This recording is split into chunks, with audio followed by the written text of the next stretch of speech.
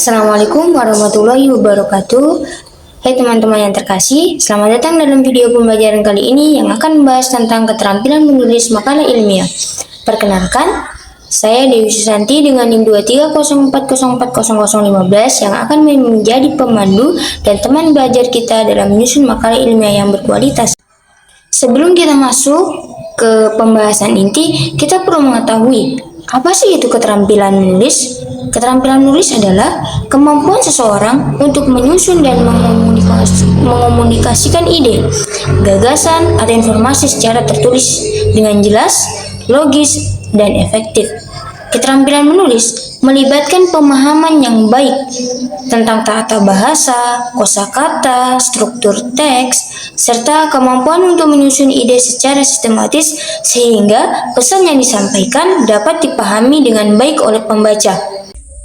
Kita masuk pada pembahasan yang pertama, yaitu pengertian makalah.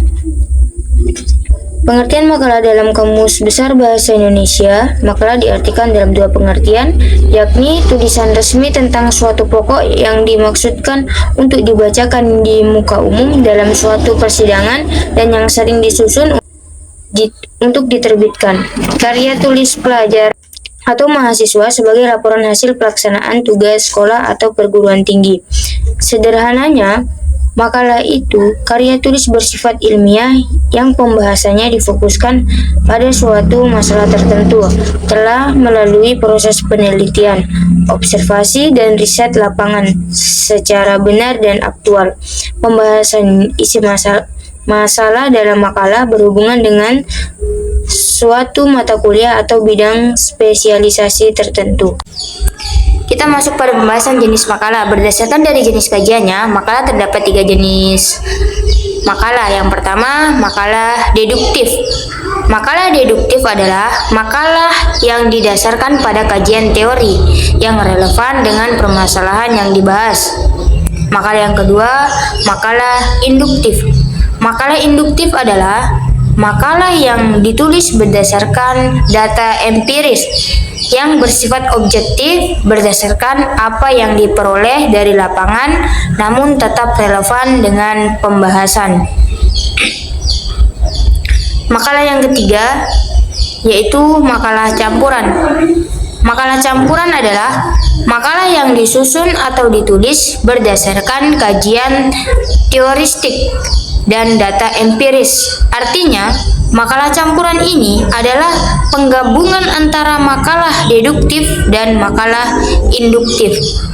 Di dalam makalah campuran terdapat 6 kategori berdasarkan subjek.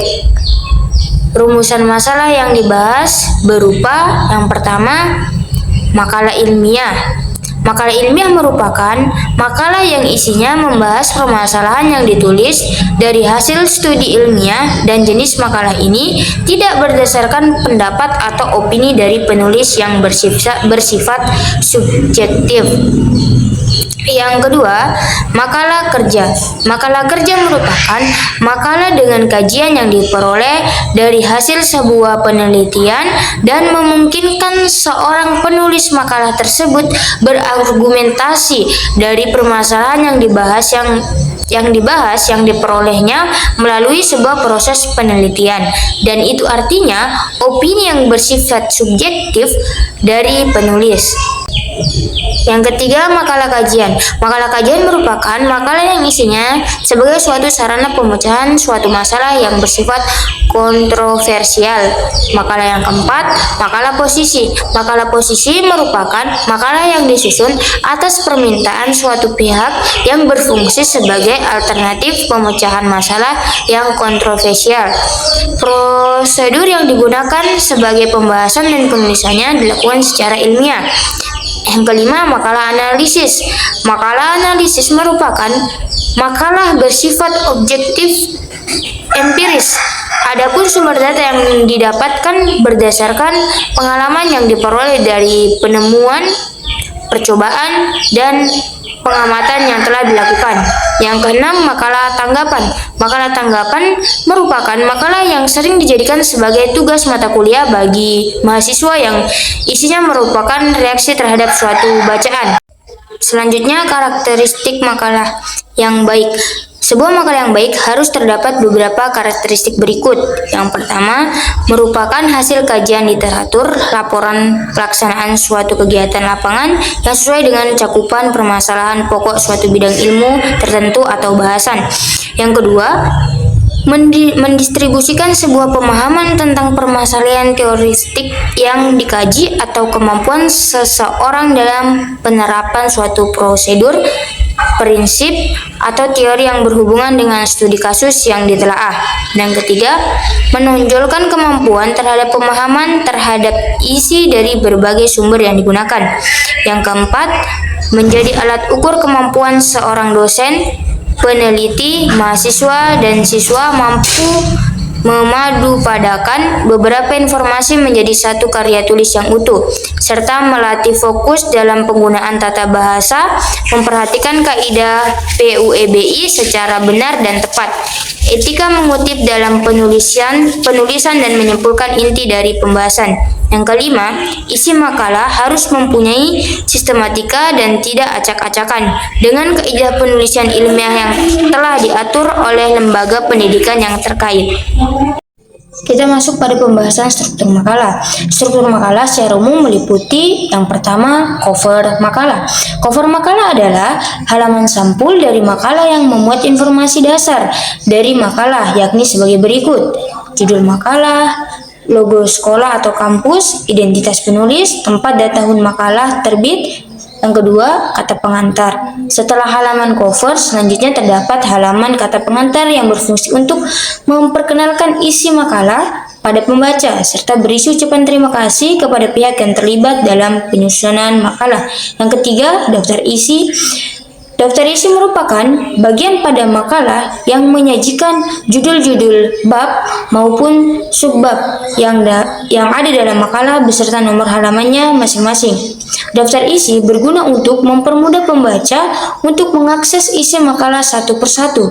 Yang keempat, pendahuluan. Pada bab pendahuluan, umumnya terdapat 3 subbab, yaitu latar belakang, rumusan masalah, dan tujuan makalah. Latar belakang berisi uraian mengenai alasan penulis membahas topik dalam makalah.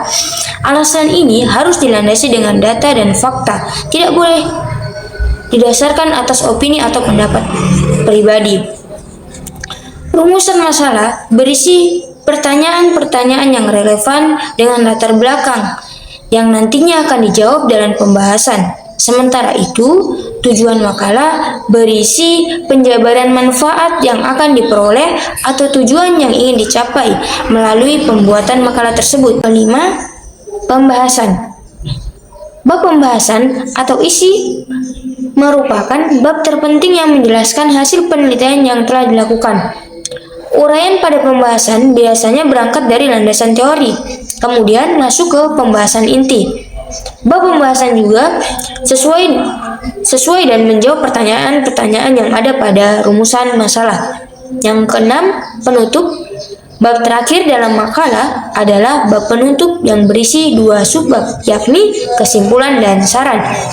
Pada bagian kesimpulan, penulis biasanya mencantumkan poin-poin ringkasan yang didapatkan dari pembahasan. Lalu, untuk bagian saran, penulis bisa mencantumkan beberapa saran untuk penelitian selanjutnya, serta saran umum berdasarkan hasil pembahasan. Yang ketujuh, daftar pustaka.